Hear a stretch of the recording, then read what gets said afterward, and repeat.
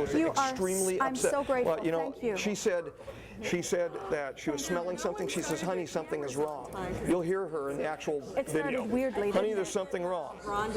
And I said, okay, go ahead and shut it down. Go ahead and shut it down. And she wanted to keep the ectone running for an extra minute. For a moment, I'd like to just introduce Dr. Burisch, but before I do, I just wanted to reiterate what Dr. Awadi had said, is that both Dan and I are retired from unacknowledged special access projects at various agencies within the United States government, including DIA, DARPA, NSA, and others.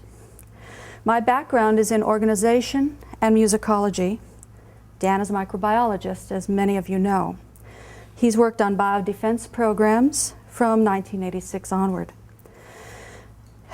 As far as being a scientist, from his background in northern projects, he's very protocol-driven.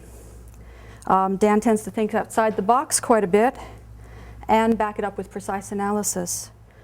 He's actually more than willing to chuck an entire data set into the trash, and in short, that makes him a real joy to work with in the lab. Thanks. Thank you. Today what we would like to do is show you a little bit, create a brief overview for you about the research that we're doing up to date, a snapshot. We're looking for thoughts, ideas, and where we might go with it in the future. So ladies and gentlemen, let me please present Dr. Dan Burisch. Thank you.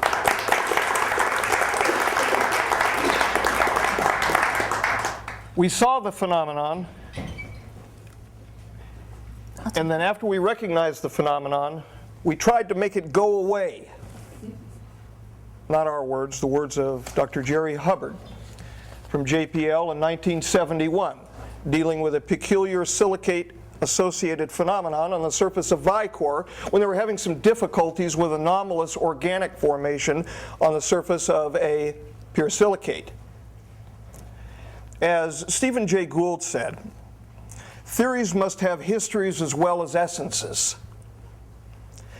So we have been searching, hopefully not in vain, for the history involving this unusual phenomenon, which we have been tracking as a side project since 2001.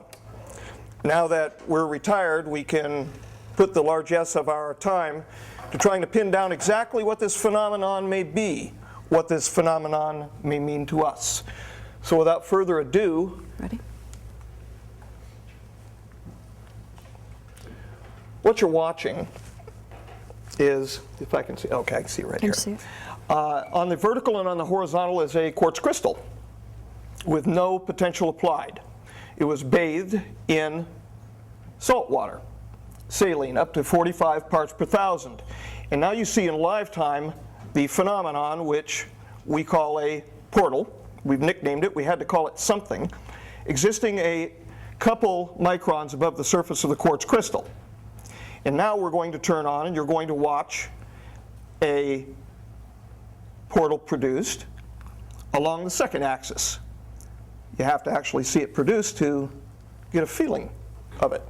And there is the portal being produced along the surface of the vertical axis in a freeze frame.